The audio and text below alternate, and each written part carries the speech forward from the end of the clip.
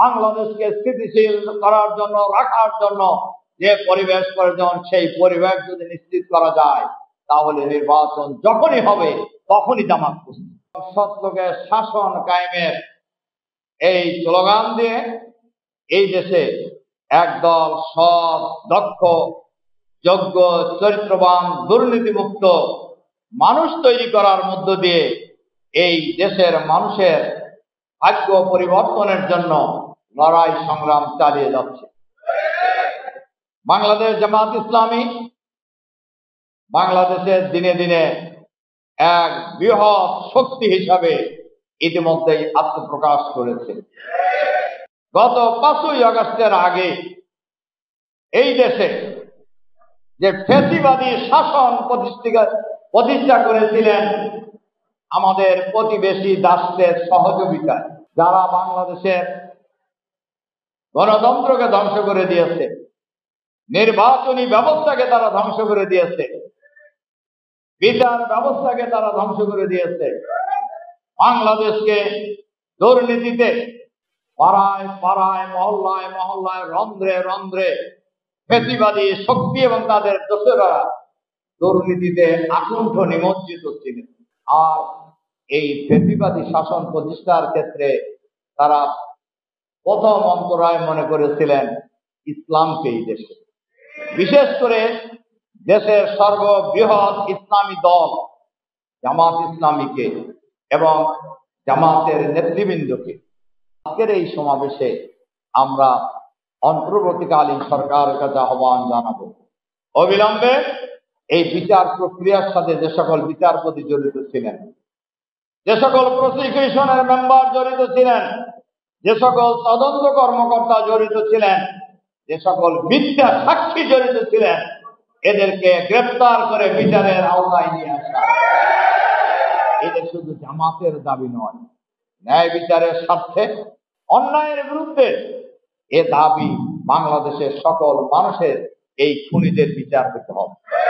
আমরা লক্ষ্য করছি ফ্যাসিবাদের দোসরেরা সরকারের ভিতরে বাইরে এবং কোন কোন রাজনৈতিক দলের ধারে পোশাক চেঞ্জ করে আজকে ছোঁয়ার হয়ে দেশের পরিবেশ পরিস্থিতিকে বিশৃঙ্খলার দিকে নিয়ে যাওয়ার ষড়যন্ত্রে লিপ্ত রয়েছে।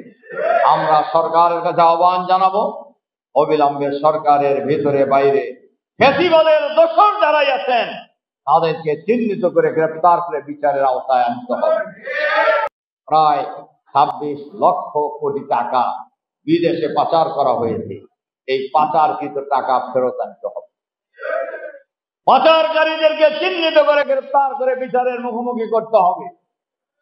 আমরা বলেছি একটি ফ্রি, ফেয়ার, ক্রেডিবল ইলেকশনের জন্য যতটুকু সংস্কার প্রয়োজন, এই সংস্কার করেই জাতীয় সংসদ নির্বাচনের আগে স্থানীয় সরকার নির্বাচন দিতে হবে, এরপর জাতীয় সংসদ নির্বাচন দিতে হবে। আমাদেরকে সাংবাদিকরা প্রশ্ন করেন যে আপনারা স্থানীয় সরকার নির্বাচন আগে চান কেন?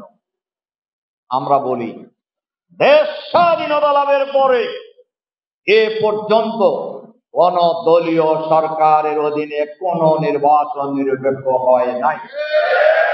আজ আমাদের দাবি, আমরা ঐক্যমত কমিশনেও বলেছি সকল নির্বাচন কেয়ারটেকার সরকারের অধীনে হতে হবে এবং নির্বাচনের তারিখ নিয়ে কোন কোন দলের মধ্যে নানান কথা আছে। আমরা বলেছি ভাই, আমরা তো 16 বছর চেষ্টা করছি, পারি নাই, এখানে 2-3 মাসের জন্যই কি এখন মহাভারত অসুস্থ হয়ে যাব? নির্বাচনের জন্য জামাত তারিখের ব্যাপারে কোনো সময় রিজিড ছিলেন না। আমরা যে দাবি করেছি ফ্রি, ফেয়ার, ক্রেডিবল ইলেকশনের জন্য যে পরিবেশের প্রয়োজন, লেভেল প্লেইং ফিল্ড তৈরি করতে হবে, সবার জন্য সমান অধিকার নিশ্চিত করতে হবে, সরকার এবং প্রশাসনকে নিরপেক্ষ ভূমিকা পালন করতে হবে। যদি লেভেল প্লেইং ফিল্ড তৈরি হয়, মানুষের ভোটাধিকার নিশ্চিত করার জন্য যে সংস্কার প্রয়োজন সেই সংস্কারের কাজ শেষ হয়, বাংলাদেশকে স্থিতিশীল করার জন্য, রাখার জন্য যে পরিবেশ প্রয়োজন, সেই পরিবেশ যদি নিশ্চিত করা যায়, তাহলে নির্বাচন যখনই হবে তখনই জামাত প্রস্তুত।